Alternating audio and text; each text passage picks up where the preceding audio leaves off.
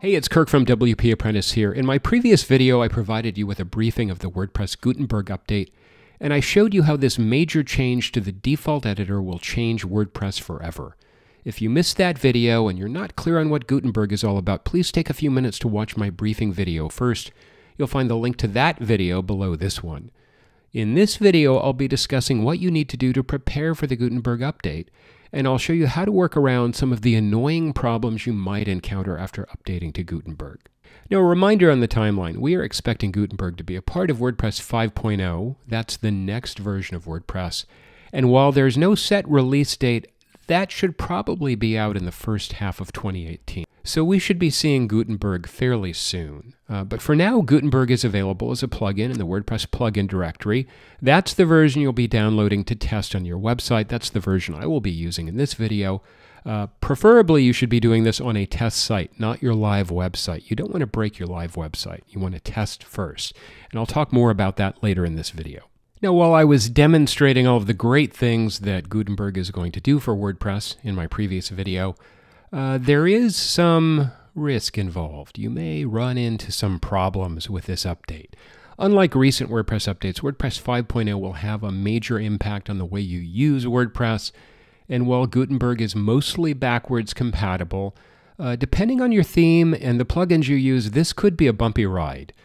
Gutenberg has to work with thousands of different themes and tens of thousands of plugins, and while Gutenberg has been in testing for nearly a year, there's no guarantee it will work with every combination of theme and plugins. You may have problems after you update. Generally, any plugin or theme that customizes the classic post editor could have problems, and it's up to your plugin or theme developers. They need to make the changes to their plugins or themes. Many are already doing that, and hopefully more will be doing it before Gutenberg is released. But there is no guarantee when those things will happen. So next I want to take a quick look at a few popular WordPress products so we can see how they behave once Gutenberg is active. And I'll show you some workarounds to the problems so that you can avoid those if they happen on your website. Now, I'm working with beta software, so it's entirely possible that many of the things you will see in this video will be fixed by the time Gutenberg is released. Hopefully that's the case. First up, we're going to take a look at Avada. Avada bills itself as the #1 selling theme of all time, so presumably a lot of people are using Avada. Let's take a look at how Avada works or doesn't work with Gutenberg. So I've got a test website running Avada here, and this is a page set up in Avada, and you see there's tabs and columns and a slider up here. Avada has a page builder built right in as part of the theme. When you install the Avada theme, it comes with a page builder. So I have not enabled Gutenberg on this site yet, so let's take a look at what happens when I go to edit the page. And I'm put into the WordPress page editor, except it doesn't look like the normal WordPress page editor. You see the Fusion Builder up here, where you would normally see the WordPress page editor toolbar, and you see a bunch of other stuff. And this container and these different modules all are part of the Avada Fusion Page Builder. The problem here is this is doing some of the same stuff that Gutenberg is trying to do.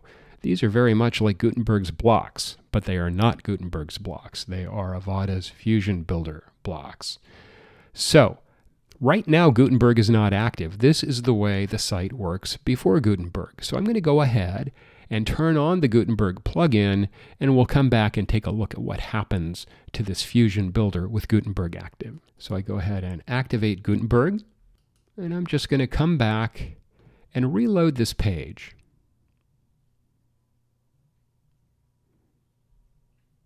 And there is something that looks like the Gutenberg editor that I was expecting, but what is this where the page content should be? There's the title of the page, and then there are all of these short codes. Now, the reason we're seeing all of these short codes is because the Avada Fusion Builder is one of those page builders that inserts a ton of short codes into the page. So if you ever change your theme or turn off the plugin, you see all these short codes in your pages. Short code pollution. And What we're not seeing is anything resembling the page layout that we were expecting, or the page layout controls that we were expecting. Now, I can go view this page in another tab. And when you do, you'll see that it looks pretty much like it looked before. The page itself is not damaged in any way. The short codes are still rendering as the underlying HTML elements that generate the page layout that was created with the Fusion Builder. The problem is, if I ever want to change anything on this page, I'm out of luck because that Fusion Builder is not working. Now, there is a workaround for this, and there's a workaround that's a little bit hard to get to. When I look at all of my controls up here, what I would like to see is an option to go back to the classic builder. And I'm not seeing an option to go back to the classic builder anywhere. I could switch to draft. That's not what I want. I want to go back to the classic builder. So what I have to do is I have to get back to the listing of pages. I'm going to leave this here. And this site has a lot of pages. So I have to scroll down until I find it. There it is, home. And when I hover over the page on the list of pages, you see one of the options is Classic Editor. Now I'm hoping that before Gutenberg is actually released in WordPress 5.0, there are lots of links to get back to the Classic Editor, so I don't have to come back to this screen, that I am able to get to Classic Editor from anywhere, basically. Certainly I would expect someone to create a plugin that will do that, so hopefully there will be relief. But when I click on Classic Editor, I get back to this editor, and what you see is not the Classic Editor, it's the Fusion Builder. And this is Avada with its own built-in page builder, acting the way you would expect it to act if you're familiar with the Avada Fusion Page Builder. So this is an example of Gutenberg actually breaking the functionality of the theme and a workaround for how to get back to your page builder so that you can go ahead and continue managing your website. Now, I'm hoping that these issues are fixed before Gutenberg is released, but this is the kind of thing you want to look out for. Next, we're going to look at Divi. Divi bills itself as the ultimate WordPress theme and visual page builder. And of course, Divi also comes with its own built-in page builder, similar to Avada. So let's see how Divi performs with Gutenberg. So I'm on yet another one of my test websites. I have a lot of test websites these days. This is the Divi theme, a very nice homepage layout I've created with the Divi builder. Super easy with Divi. So I'm going to go ahead. Gutenberg is not active yet. I'm going to go ahead and click the edit link as I did with Avada. And you see the Divi builder loads. It's more colorful than the Avada Fusion Builder, but it's pretty much the same concept. So this is on the classic editor page that I'm seeing this. So right away, I'm skeptical that this is going to work with Gutenberg. So let me jump over and turn on the Gutenberg plugin and come back and reload.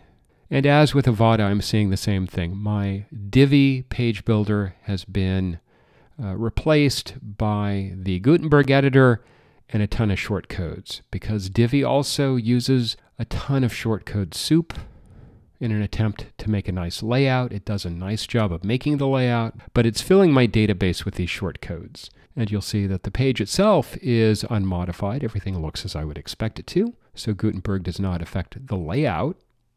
It only affects my ability to actually edit my content.